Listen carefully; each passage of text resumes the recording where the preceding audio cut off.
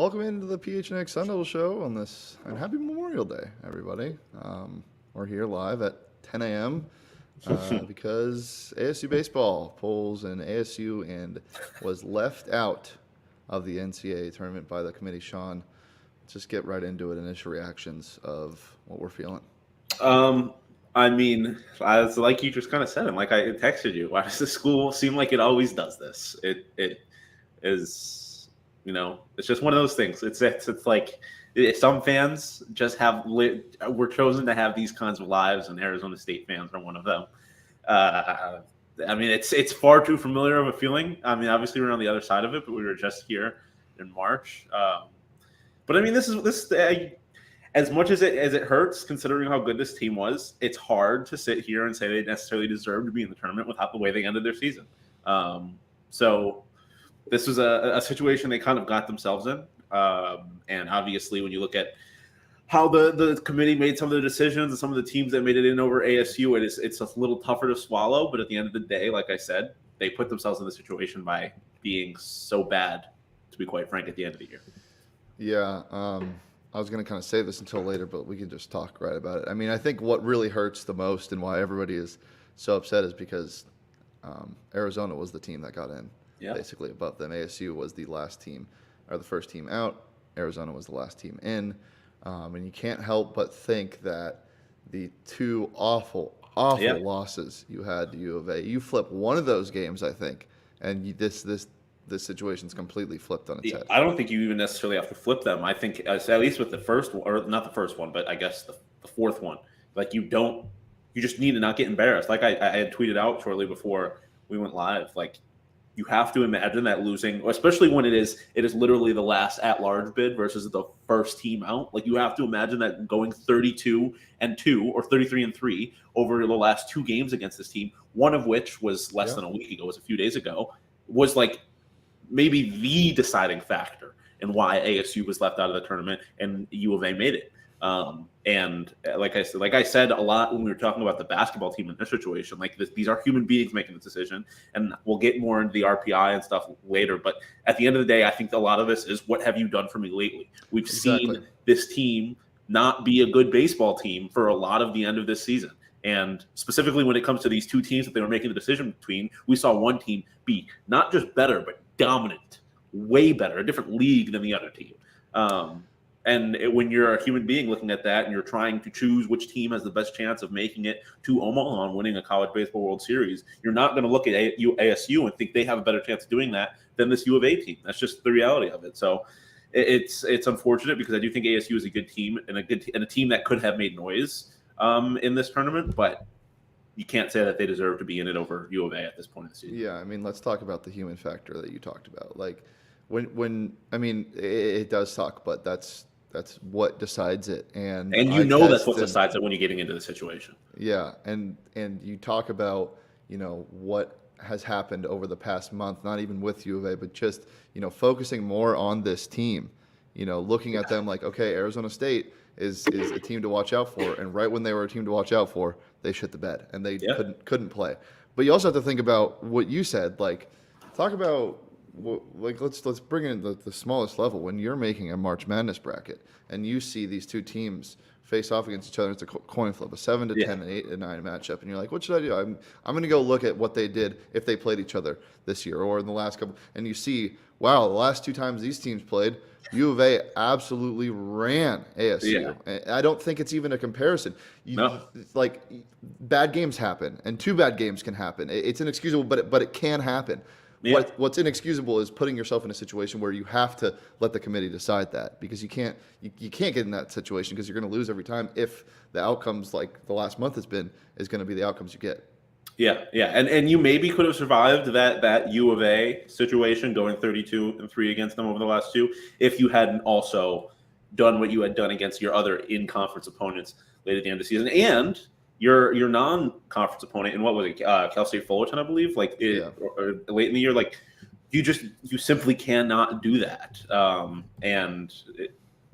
don't know. Yeah, like you said, it's it's similar to basketball. If you were looking at these teams going into the tournament, it almost doesn't even matter. Like obviously these two teams were relatively close, but even if you had been making this decision between like a 4 seed and whoever they were playing, like if whoever they were playing had beaten them and kicked their ass 2 straight times, and the last 2 times you had played them, you're probably at the very least you're not going to be very confident in choosing that 4 seed to win that game. And so it was just again, it's the situation they got themselves into. And do I think ultimately ASU is a better team than U of A? Probably, but it doesn't matter because that's not how this works. Like humans are making this decision. Yeah, well, let's talk about the non-human factor. Let's talk about what the humans look at. And that's one of the worst things in the world. It's the RPI. And I don't know how long you watched the selection show after Arizona's name was called, but they talked about it a little bit after the commercial break. And there was a pretty great quote from Kyle Peterson that said, "The RPI is flawed. They have to blow it up and blow it up now. There's too much credit being given for trying." What do you think about the RPI, DePaz?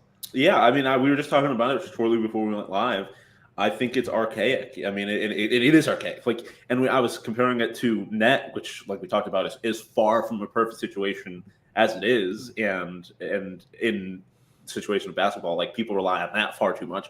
But at least that system like takes into the context of games and where they're being played and the opponent. Like, is at least a slightly more advanced system. Which so even that is better than RPI, and it's not a perfect situation as it is. So it is definitely frustrating. I don't know. I think it's the situation you get in with sports in general, with like analytics and all of that, and it getting relied on too much. But this hardly feels like analytics. It's something that doesn't sit right with me. And again, I'm not going to sit here and pretend that ASU necessarily deserves to be in the tournament and they got 100% screwed over by RPI. But still, it is not. It is just. I agree with Kyle Peterson in that it needs to be blown up, and it feels like it needs to be blown up now. Like it needs to be at least slightly more advanced, especially for a sport that relies so heavily on advanced statistics. Yeah. So let's talk about it a little more, because friend of the program Jack Loader tweeted something, and it's getting some traction on college baseball Twitter. He said the committee has set this precedent with including Arizona and not including ASU and USC. Being mediocre at best all season long and getting hot for 1 week is more valuable than winning conference series and putting together a better overall and conference record. That's bad in all caps. Do you agree? I mean, to a certain extent, right? Like it is. You need like the full body of work. I mean, it's not like it's unheard of seeing teams that were dominant beginning of the season, struggled late in the year, and then get to the tournament and are back to what they were. But it's not unheard of, but it's kind of rare, right? Like I definitely do agree that it is a bad precedent. Although I do think it's not like, I don't think it's just now being set. Like I think you see something similar in basketball too. I see what he's saying, but on the other hand, it's just like, this is a tournament. You need to be playing good baseball now. Like, and this is, again, this is kind of the criteria you're getting when you enter the year. So I don't know. I think you need to be playing good baseball at the end of the year. I think that's real, especially in the Pac-12 tournament. Justin Spears tweeted out, conference tournaments matter, and they do, man. And I think that's how people are judging that. Yeah, well, conference tournaments matter, but does the conference regular season not matter? Going 12-18, getting swept 4 times, losing 6-10 series. I mentioned this a lot, and I understand that they were better in conference than U of A, but I mentioned this a lot at the end of the year. Look at the teams that they were, like the teams that they beat were teams that were worse than them, and they struggled against the teams that were better than them. And U of A, again, when you put that in context with U of A dominating ASU in the last 2 times that they played them, I'm not going to get mad at the committee for making that decision. And I think it does, at least in this situation, seem like they are doing what Jack said, valuing what they had done at the end of the year over that week stretch as opposed to conference play. But I think it is kind of a situation by situation basis. It is not like you are comparing 2 teams randomly in a vacuum. You're comparing U of A to ASU, and those are 2 teams that have played each other recently, and one team has dominated. So I get that there's frustration there, but when you look at this specific situation, again, it's hard to argue that ASU should be in the tournament over a team Yeah. like U of A. Yeah, and that's why I addressed that at the start of the show, saying Yeah. that you can't let that be the deciding factor. You can't let it get to that point, and it did, and rightfully so. I think U of A gets the nod over ASU in this situation, but I'm talking about a team like USC, who I think performed much better than Arizona. Well, they did. They performed much better than Arizona in the regular season, and they didn't come to a screeching halt like ASU did. They did lose their regular season series to U of A at the end of the year, but they didn't get swept. Yeah. I thought that was pretty ridiculous. I hate to be this guy, but it just always feels like the West Coast is getting the short end of the stick when it comes to these type of things. Not even in the Pac-12. We can talk about UCI, who went 8-1 against the Pac-12, who had 35 wins. Like, they were a good team, and they have a great logo. The Anteaters, come on. You want to talk about? I'm not going to say that necessarily the teams that got to host regionals didn't deserve it, but you look at the map that they showed at the beginning of the broadcast with where the super regionals were being held. Everything was east of the Mississippi except for Stanford. Not a single team in Texas for the first time in like a decade, I think they said. Yeah. And 3 teams in South Carolina. Again, teams that deserved it, right? Like they're some of the best teams in the country. But again, it is when you put that in the context of what it is, always seems like you said, a bias against the West Coast. Yeah, it's a tough pill to swallow. And I want to end this topic with saying I am not completely opposed to U of A getting in over ASU.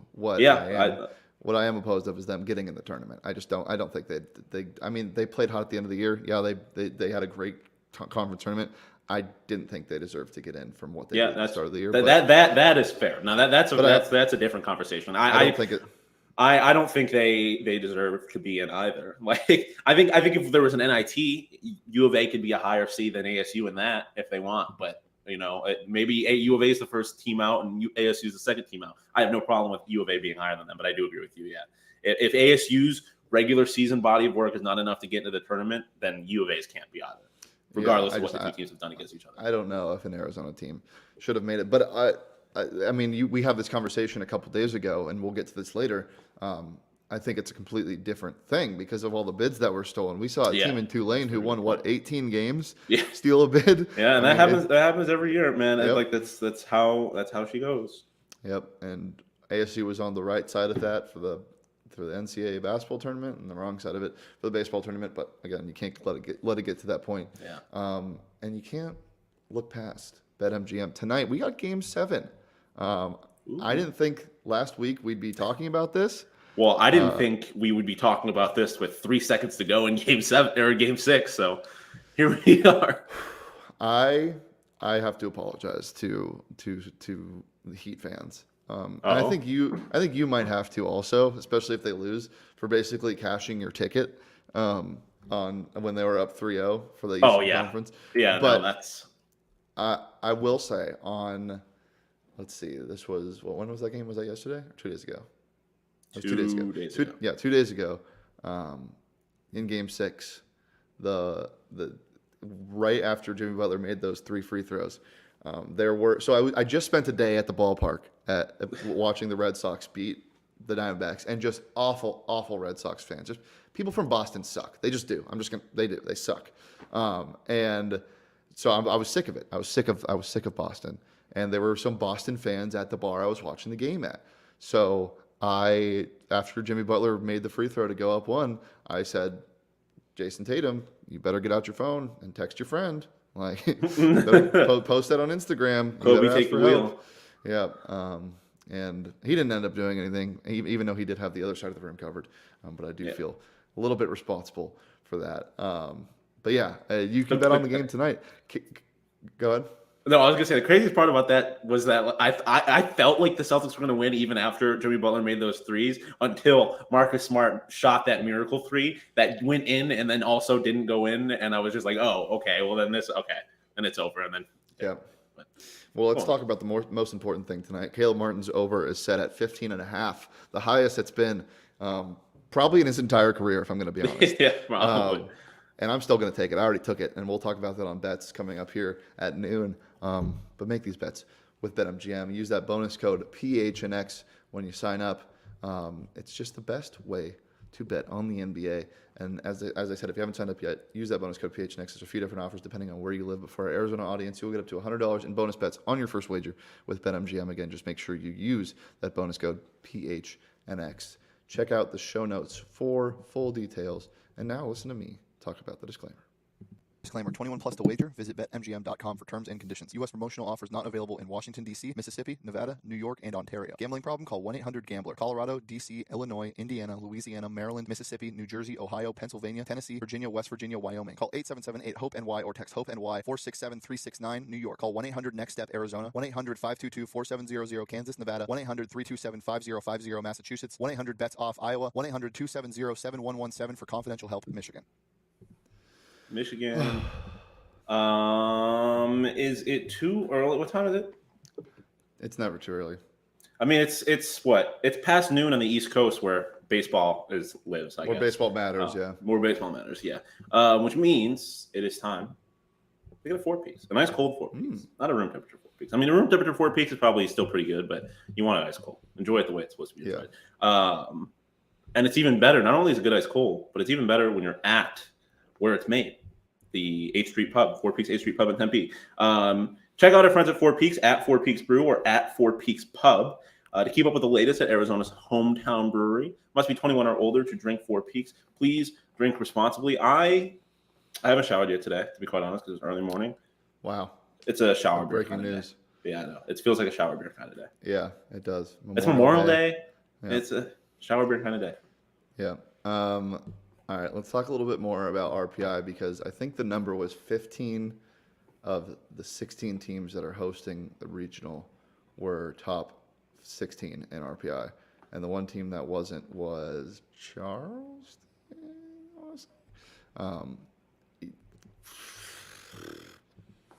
Yeah, it seems like an indictment. Yeah. It definitely seems like, and I mean, you can only take that so far, right? Because of course, like it is to a certain, although it is archaic, like it is a measurement of how good teams are, and the best teams in the country are consistently winning and beating other good teams. So the fact that they're high in the RPI is not like, it's not like how did this happen, right? But it is slightly like, damn, like really, 15, like, come on now. So it is tough again. I think regardless, like if you have any kind of metric like this, like you either have to create the perfect metric or like, did I don't know if I cut out there, but I should cut out. You either have to find the perfect metric or whatever metric you have is going to be relied on too heavily by human beings. Right. So it's a little tough. But it is definitely, it seems like a little bit of an indictment that 15 of the 16 are top 16 in RPI. Yeah. Campbell was the other team, the Campbell Camels. I didn't realize Indiana State was like that. To be was a wagon, yeah. I don't. The only time I see that logo is when a white boy at a festival is wearing a Larry Bird jersey. A Larry Bird jersey, yeah. But yeah, there's some. I don't know. I mean, I'm a Sycamore fan now. I'm rooting for Sycamores. I'm still gonna enjoy this. I love the regional format in college baseball and softball. It's so great. What does Baby think? What is she saying right now? She's screaming back there about how RPI is bullshit, and she's like me, so she wishes. Whoa! I will say this: it could be worse. FSU just cracked a streak or ended a streak of 44 straight NCAA tournament appearances. That would suck. It could always be worse. Yeah. We'll get into what next season is going to look like and what that is, but first I do want to briefly. What? I said, please have better pitching. Yeah, I do briefly want to touch on the Oregon State game. I know that's like it doesn't matter now, but we just didn't talk about it because we weren't live on Friday. If there was any like Hail Mary, help us shot, that was it. It was a pretty awesome performance, but it wasn't without the most ASU moment ever. Multiple times when their pitching wanted so badly to give the lead back up. They wanted to lose so bad in that ninth inning, and that probably is the reason why Oregon State is not hosting a regional, and instead they have to travel in it. So it sucks. But I also think that's a little bit of East Coast bias, SEC bias. I think Oregon State still deserved to host one. Yeah, I mean, yeah, the SEC it is really good. Like it does run. Yeah. It is the same as football. Like it runs college baseball. But I agree with you. I do think Oregon State probably. Oh, they're in should. the Baton Rouge regional with LSU and Tulane. Those are two of the stickiest teams out there. LSU, who is historically pretty good, and Tulane, who is just kind of seems like the athletic program of destiny. Yeah, they are for sure. Tyjae Spears, where did he end up? I don't know. I'm Clint, afraid how are it's you in feeling? Is Connor here? Connor is here too. Yeah, he already said it's going to be sticky, hot, and loud. Good for them. A couple bear downs, love that. He is a Tennessee Titan. That's who he is. Tennessee Titan. Right. For a second, I thought he was a Jet, so I got worried, but it was just pictures of him. Snello says, with SEC bias, did the committee mix up the Arizona schools? No. A lot of places, including D1 baseball, had U of A as the second team out, and ASU not even in the last 4 out conversation. Yeah. So again, like we were kind of saying earlier, did U of A deserve to be ahead of ASU? Probably, but did U of A deserve to be in the tournament? That's a little more questionable. Yeah. Okay. Let's talk about what the start of the season looked like and what happened now. And a lot of people, so people on Twitter were a little confused with. I had to change the thumbnail because people thought I was calling for Willie's job because it said "you're out" and it was a picture of Willie. Oh no. No. Do you think this has anything to do with coaching though, or do you think that this team just wasn't built to, because they can get so hot and cold with either their bats, but also their pitching? I mean, it's tough. I mean, I do think it is. I don't think this team was built I just don't think the pitching was good enough. I think when you got good pitching, it was a little more of an enigma. So I don't think the team was necessarily built to do that. But I do think when you look at the bats and how much they kind of struggled at the end of the year, you have to look at you can kind of look a little bit more at Willie and be like, what happened there? Like, why did the whole team kind of just disappear at the end of the year? Or not the whole team. Why did just the bats disappear? Because the pitching kind of showed up. So it's tough. Again, this was still kind of Willie's real first year with complete control over this program. So I'm not by any means being like, Willie is under any kind of immense pressure more than he already was, this being ASU baseball. But it definitely, I just don't think the team was ever built to succeed from the beginning with how the pitching staff built. Granted, a pitching staff that was improved from last year, but still not obviously as deep as it needed to be for this team to be really, really that dangerous. Yeah, I still can't believe that USC wasn't even in the first 4 out. Yeah, that is pretty crazy. Yeah, well, I mean, what you said, Willie is going to have another year, but have another year where he gets more guys. And this is something that I said at the end of last year when they just kind of spiraled at the end of the season, that it's going to be interesting to see this team when Willie has his guys. And we saw 2 freshmen this year contribute so much, and Nick McLean and Noah Contradas. I mean, Nick McLean's technically not a freshman, but this was his first time playing college baseball. It shows you what those guys can do. And I mean, look, there's 100%. So many things you can complain about as a fan of any sport, and you can say it's kind of tongue in cheek that you would do better. Like if you don't like a certain coach, if you don't like, I guarantee that the pitching problem that everyone is talking about, he knows about and is going to try to be addressed. He's aware. I mean, that's one thing I don't think people I think people think coaches are inspirational speakers all the time, but they're also humans. Some of them are. But even the ones that are if you get them in private talking their honest truth, they're fucking, this kid sucks. They know how good, they know where this roster is. Mm-hmm. So it is definitely, and I think a key thing as far as Willie kind of advancing this program is they did make a clear strides from last year. 100%. So I think it shows recruits that this program is moving back to being Arizona State baseball. And so I don't think that he's necessarily going to have any trouble at making more strides and showing that this is a place where you can win, right? I think he has put himself in a position to succeed and build even more because it is. I don't think this is necessarily kind of like what we've seen with, and all due respect to Bobby, like, but what we've seen with ASU basketball over the last few years, where it is obviously they've gone through things, but it's been very middling and kind of mediocre, right? Like, I think this is progress. The programs are different historically too. Like, one of them is used to being in the national spotlight, having national success, winning championships. Another hasn't done that consistently ever. Hasn't won a championship ever. So, like, this is, you're building blocks and you're getting on the right path. And it would have been great to make the tournament this year, and it would have really helped this program to that next level. But it doesn't stall anything. And I think you can use this as fuel into the offseason, and we'll get to that in a little bit. But the fuel for my offseason, maybe the fuel for their offseason, and the fuel for everybody's offseason should just be Burrito Express, the best burritos in the Valley, and in the where, Sean? Where is it? Maybe on the space station. The space Probably station International was Space last Station. night. Was it really? Mm-hmm. Have you ever seen the space station? Not just pictures. Yeah, it's very cool. It moves very fast. Yeah. But yeah, I wonder if they're eating some up there, and if they're not, they should. Plus, they got burrito boxes now that you think can they have pick up. Burrito holders, aka cup holders, on the International Space Station?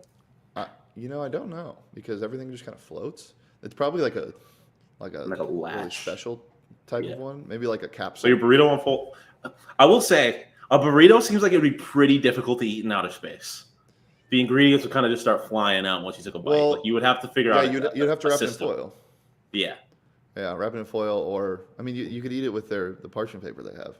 Or you make it a game and you like catch, like a piece of potato flies here. You got to catch that, and you got to go fly. Great and band catch name, this piece also of a fun game. Deconstructed burrito. That'd be very fun. Guys, grab a burrito and follow Burrito Express on Twitter at Burrito EXP. And as I said, they got burrito boxes now. So if you have an occasion that you want to get mass burritos for, you can do that at Burrito Express. We had some burrito boxes at our Keep It 100 golf tournament. It was a vibe. What wasn't a vibe, of course, was watching ASU get left out of this tournament. And I was actually, no lie, no kizzy, no cat. I was watching it on Fubo, because Fubo has ESPN. Really? Can I tell you something real quick? What's that? Did you set all of the Diamondbacks games to record, or did it just do that when we picked our favorite teams? It might have done that when we picked. Because we have 500 hours of Diamondbacks on our cloud DVR right now. Do we actually? If you want to watch every single Diamondbacks game, since we've gotten Fubo, you can do that. Fubo TV, so cool. Excellent at recording your favorite sports. Yeah, I was gonna say 500 hours, and we still have 500 hours to spare, right? Yeah, like there's hella DVR storage on Fubo, in addition to the great selection of sports and TV. I was watching The Other Guys on Fubo last night, actually. Ooh. No kizzy. One of my favorite comedy movies ever. The tuna lion scene, all-time comedy movie scene, in my opinion. But whether you're there to watch movies, TV, sports, whatever, Fubo TV's got you. If you want to sign up for Fubo TV, use the link in our description, and you will get 15% off your first month of Fubo Pro. 15% off. So yeah, hit the link in the description and you get 15% off. What's up? It's funny. Somebody else in my house, my parents, were watching the selection show downstairs on cable on DirecTV, and Fubo was faster. Damn. Yeah, which is insane. I didn't think that was possible. Damn. All right, Sean. Projections for next year. Does ASU make the tournament, and how many games do they win? They do make the tournament. Okay. I'm going to go on a limb. I'm going to say they host a regional next year. Wow. I think they were in position to do that for a portion of the season. And obviously, the way the end of the season went, they didn't. But I do think this team will be improved. And I think they will, at the very least. I think, obviously, them hosting a regional is a lofty goal, obviously. At the very least, I do think they will make the tournament. I think you get 2 wins out of them. I think they get out of the regional. To be quite honest with you, I'm not necessarily saying they make noise in Omaha or anything. I'm not getting that crazy, but I think they get there. And if this offense is anything like it was this year, this is a team that you do not want to see unless you're Arizona, I guess, at any point in the season. It's a team that can put up 15 runs on you out of nowhere, and regardless of who you are, it's going to be a hard team to beat. So I think if the offense is like this, they can make noise at least early on in the NCAA tournament. Much like Baby is right now. Yeah. That's why she got the name Baby. Yeah, Joe in the chat saying impossible to make predictions with the transfer portal. True. Yeah, I agree, but But when you look at what they did last year, like they came out on the good side of the transfer portal. You know what's hilarious? So. They what was the most exciting thing they did in the portal last year in the offseason? It was get pitching. And we're so fired up for the pitching they got. Yeah, I mean, you do have to be fair to the pitching. Like it was, even that was a significant improvement over what it was last year. It still wasn't good, but it was an improvement. It was an improvement in the starting pitching. Yeah, which was a good place to start. Yeah, but I think you regressed in the middle relief. Yeah, but I would argue that's kind of trading off. I would argue in general it was a better pitching staff. It's hard. I guess it's hard to say because the offense was there to make the pitching staff look better. But yeah, true. They only gave up 7 runs today because they scored 14 in one. So. Yeah, exactly. Final thing about this team. I mean, you said it. You think they'll host one next year, but this is the right track. This is the right path. I mean, obviously, as Joe said, the portal is unpredictable, but right now, would you say ASU baseball is on the right path? Oh, 100%. They were better than they were last year. They have a manager, a coach that is clearly invested, right? Like I think you don't have to question that really cares about ASU baseball. And again, yeah, like I said, a program that's moving in the right direction. I'll say this too: it's been a minute. You don't like it's 100 damn degrees. Playing a regional in Tempe is not going to be fun for other schools. No. So like if they get a chance to do that, they're a dangerous team, especially when you come out with this offense. So Joe says Willie has to make the tournament next year or his seat will be very hot. I definitely think his seat will be hot. He'll start warming. I don't know about very hot. Yeah, it just depends on how bad it is. Like, well, yeah, like if they go and they finish bottom 3 in the conference, then I think his seat will be hot because then there's literally no improvement from one year to the next. True, that is true. But not very hot. It'll be to the point where if they don't make a season after that, then that is very very hot. You know, I hate doing this, but this is hilarious. U of A baseball, #1 in invitation. That is pretty good. That is pretty good. Good one. Connor, he says, well, hopefully y'all still watch. You can always hop on the Beaver bandwagon. We know who your second favorite Pac school is. I know that's Sean's second favorite Pac school. It is my second favorite Pac school, but regardless, back to Pac. We're not rooting for. Yeah. I'm not rooting for the juggernaut that is Stanford, and I'm obviously not rooting for U of A. So. Yeah, I'll root for Stanford. I mean, I won't mind if Stanford like Stanford is probably our best bet. It's like Stanford women's basketball. Like obviously, I'm rooting for them over anybody else. But all right, last thing we'll do, Sean. Predictions: who wins the College World Series this year? And why do they have to keep going to Omaha? I feel like that's mean. Yeah, I don't know. I couldn't tell you. I feel like it's kind of like having the draft or the combine in Indianapolis or the Senior Bowl in Mobile. Like just kind of take over the city for a little bit. I'm just saying, you like it. That's what I'm saying. That's my point. Mobile, you like it. Mobile is elite. Mobile is the Omaha, Nebraska of the South. Indianapolis is not. Indianapolis is the Omaha, Nebraska of the further east Midwest. Okay. I mean, this is not by any means a hot take, but I think it's going to be Wake Forest. Yeah, I mean, top 15 in home runs and one of the best, I think the best ERA, one of the best ERAs across their pitching staff in all of the country. They're the 1 seed for a reason. I mean, I'm sorry, that's not a hot take, but it's hard to pick somebody else, especially when, let's be honest, I'm not sitting here watching ACC baseball every day or SEC baseball every day. So you give me stats like that, it's going to be hard for me to pass that team up. Yeah, well, I'm going with Florida because they have Ohtani on their team. So yeah, that's a very fair point. A very fair point. Yeah, and those are 2 not very hot takes. Remember Monet Davis from the Little League World Series?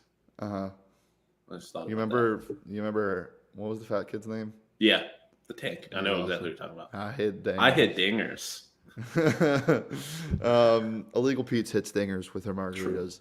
They are so very strong and so very good. Big fan of their prickly pear margarita, and now starting Friday, I think it started. Their happy hours extended from 3 to 8 every single day. So yeah, big news there. Huge Stop news. into their Tucson. You can go after if work, you wanna, baby. Yeah, if you want to watch some U of A baseball. Stop in their Tempe location if you want to be in a good city for a house beer bucket for you and the whole crew. $5 or 5 pints for $15. Soak up the sun with a loaded burrito and a crisp beer on the patio. Illegal Pete's, your go-to spot for disappointment, rejection, and watching your least favorite team. It is not. Get in It the is. Tournament. You don't feel disappointment or rejection. It's your go-to spot. It's your go-to spot if you're dejected. If you've been disappointed and rejected. Yeah. They know what I meant. The people. Fair enough. Circle K is also a pretty good spot if you're disappointed or dejected. Like nothing cures. Really? Yeah, I mean nothing cures like pain like a nice cold polar pop. Nothing cures a nice cold heart like a nice cold polar pop. Yeah. Or a nice warm chicken tornado. Taquitos. Dude. Hey, listen. Hey, yo. Some of y'all. Great idea.